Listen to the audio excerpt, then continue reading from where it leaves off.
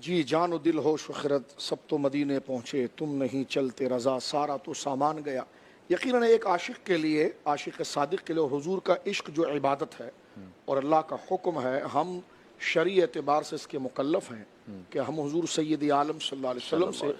اللہ رب العالمین کی محبت کی خاطر کائنات میں سب سے زیادہ، اللہ کی خلق میں سب سے زیادہ حضور سید عالم سے محبت کریں۔ اور جب محبت آپ کو کہیں پر ہو جاتی ہے اور وہ محبت میں آپ کامل رہتے ہیں تو محبوب ہی کی نسبتیں، جو محبوب کو اچھا لگتا ہے وہ آپ کا محبوب ہو جاتا ہے، محبوب کا شہر آپ کا محبوب ہو جاتا ہے، محبوب کی نسبتیں آپ کا محبوب ہو جاتی ہیں، محبوب جہاں تشریف فرما ہوتا ہے وہی آپ کے نزدیک مرکز و محور بن جاتا ہے۔ تو اسی اپنے عشق کے حقیقی کا ذکر کرتے ہوئے فرمایا کہ جان و دل ہوش و خرد سب تو مدینے پہنچے، یعنی جس طرح بھی حضور مفتی صاحب ارشاد فرماتے تھے دامت برکاتہم العالیہ کہ آپ کا وجود بریلی شریف میں تھا لیکن آپ نے فرمایا میرا ذہن، میرا دھیان سب ادھر چلا گیا، اس لیے کہ حضور وہاں پر موجود ہے۔ اسی کیفیت کو ایک نعت میں بیان کیا ہے، فرمایا بوڑھا ہو چکا ہوں اور گویا کہ نکاحت ہے،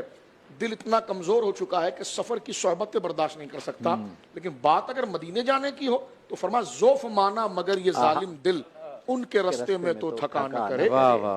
لے رضا سب تو چلے مدینے کو میں نہ جاؤں ارے خدا نہ کرے۔ تو یہ اس محبت کی طرف اظہار ہے کہ میرے آقا، میرے محبوب وہاں پر ہے۔ اور یہ کئی صحابہ کرام کی اس کیفیت کی غمازی ہے، جس طرح کہ ایک صحابی جب ہجرت ہو رہی تھی تو وہ بہت زیادہ علیل اور بیمار تھے، ان کے بچے اور رشتہ داروں نے ان کو چارپائی پر ڈال کر اٹھایا اور لے جانے لگے تو راستے میں ان کی طبیعت بگڑ گئی، یعنی وہ مدینہ نہیں پہنچ سکتے تھے۔ تو انہوں نے کہا کہ ایسا کرو کہ اگر میں مدینہ نہیں پہنچ سکتا تو میرا چہرہ اس بستی کی طرف کر دو جہاں میرے آقا موجود ہیں۔ تو ان کا چہرہ اس بستی کی طرف کیا گیا اور ان کے بدن مبارک سے روح پرواز کر گئی۔ یہ وہ کیفیت ہے۔ حضرت صہیب رومی جب ہجرت کر رہے ہیں تو دیکھیے کہ ان کو راستے میں روک دیا اور مشرکین مکہ نے کہا کہ تم نے تو یہیں پر سارا کمایا ہے تو یہ جائیداد ہمیں دے دو، یہ دے دو، یہ دے دو، یہ دے دو۔ انہوں نے کہا سب لے لو، سب لے لو، یہاں تک کہ ان کے سر کے اوپر ایک کپڑا بندھا ہوا تھا بڑا قیمتی، وہ بھی انہوں نے نوچ کے لے لیا، جوتے بھی ان سے لے لیے، اور وہ اس وقت بڑے مالدار تھے مکہ کے اندر، ساری دکانیں، سارے کاروبار لے لیا، اور وہ تنے تنہا بالکل آئے مکے کے مدینے میں پہنچی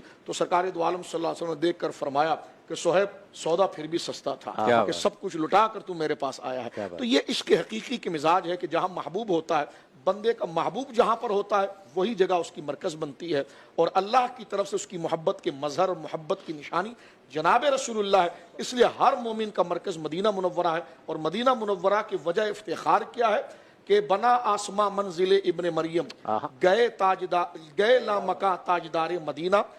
شرف جس سے حاصل ہوا انبیاء کو وہی ہے حسن افتخار مدینہ۔ تو مدینے کو جو شرف اور افتخار ہے وہ وجود مصطفیٰ اور ذات مصطفیٰ کریم علیہ الصلوۃ والسلام کی۔ کیا بات ہے، سبحان